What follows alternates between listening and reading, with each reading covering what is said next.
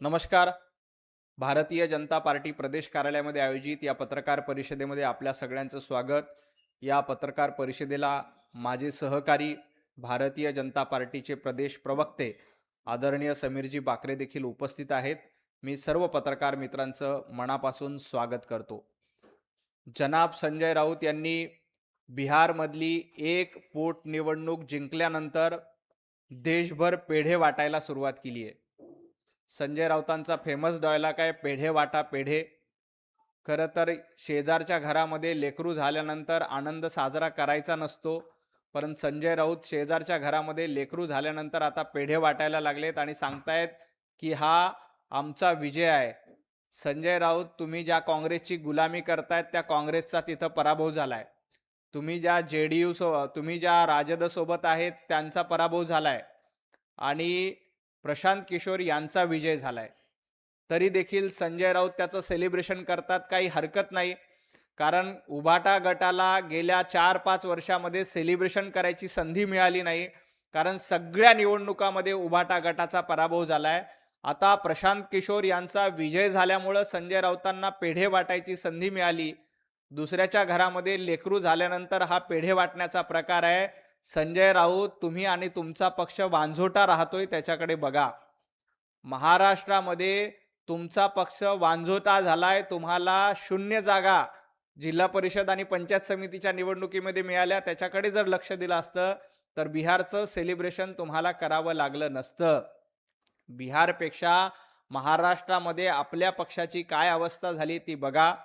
बिहारमध्ये भारतीय जनता पार्टीचा पराभव झालेला नाही. भारतीय जनता पार्टीचा पराभव होत नाही. एकतर भारतीय जनता पार्टी जिंकते किंवा शिकते. आता बिहारमध्ये आम्ही या निवडणुकीच्या पराभवातून शिकू आणि पुन्हा एकदा पुढच्या निवडणुकीच्या तयारीला लागू. परंतु ज्या पद्धतीनं इंडी आघाडी, संजय राऊत आणि राहुल गांधींचे लोक सेलिब्रेट करतायत, मला एक कळत नाही. बिहारमध्ये तुमच्या इंडी आघाडीचा पूर्णपणे पराभव झाला, त्या एका पोटनिवडणुकीमध्ये पूर्णपणे पराभव झाला. तरीही सेलिब्रेशन करायचं असेल तर संजय राऊत, इंडी आघाडी आणि राहुल गांधींना मनापासून शुभेच्छा आहेत.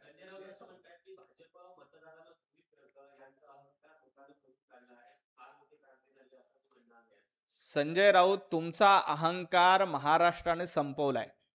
तुमच्या अहंकाराची लंका ही जाळून टाकलेली आहे. त्यामुळं अहंकाराची भाषा भारतीय जनता पार्टी कधीही करत नाही. भारतीय जनता पार्टीचे पंतप्रधान हे स्वतःला प्रधानमंत्री नाही तर प्रधान सेवक म्हणून घेतात. आम्ही कार्यकर्त्यांना सोबत घेऊन पुढे जाणारे लोक आहोत. आम्ही जनतेला सोबत घेऊन पुढे जाणारे आहोत.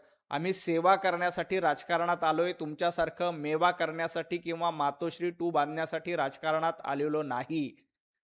त्यामुळं अहंकारी कोण होतं हे महाराष्ट्रानं बघितलंय आणि उद्धवजींच्या अहंकाराची लंका ही महाराष्ट्रातल्या सर्व लोकांनी जाळून टाकलेली आहे, हे देखील आपल्याला माहिती आहे.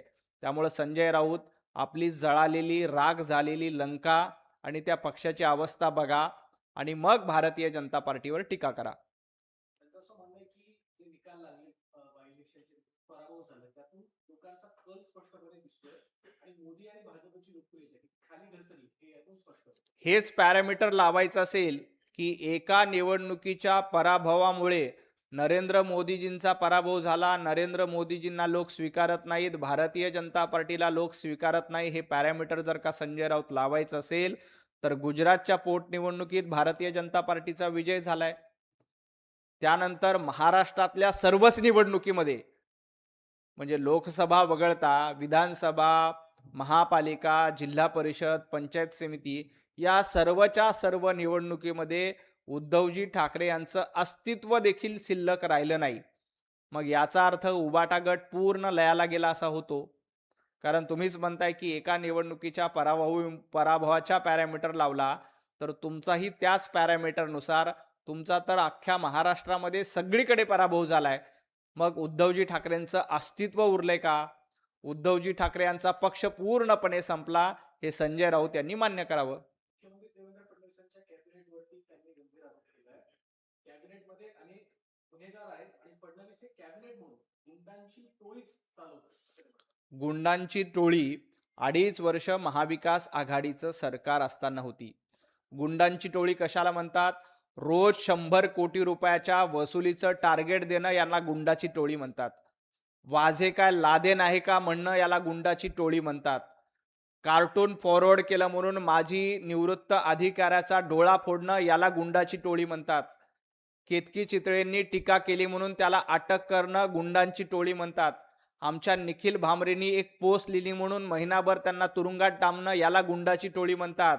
आणि सर्वसामान्य माणसाला घराच्या बाहेर न निघू देता घरामध्ये डांबून ठेवणं, लोकांचे कंगना रनौतचं घर पाडणं याला गुंडांची टोळी म्हणतात.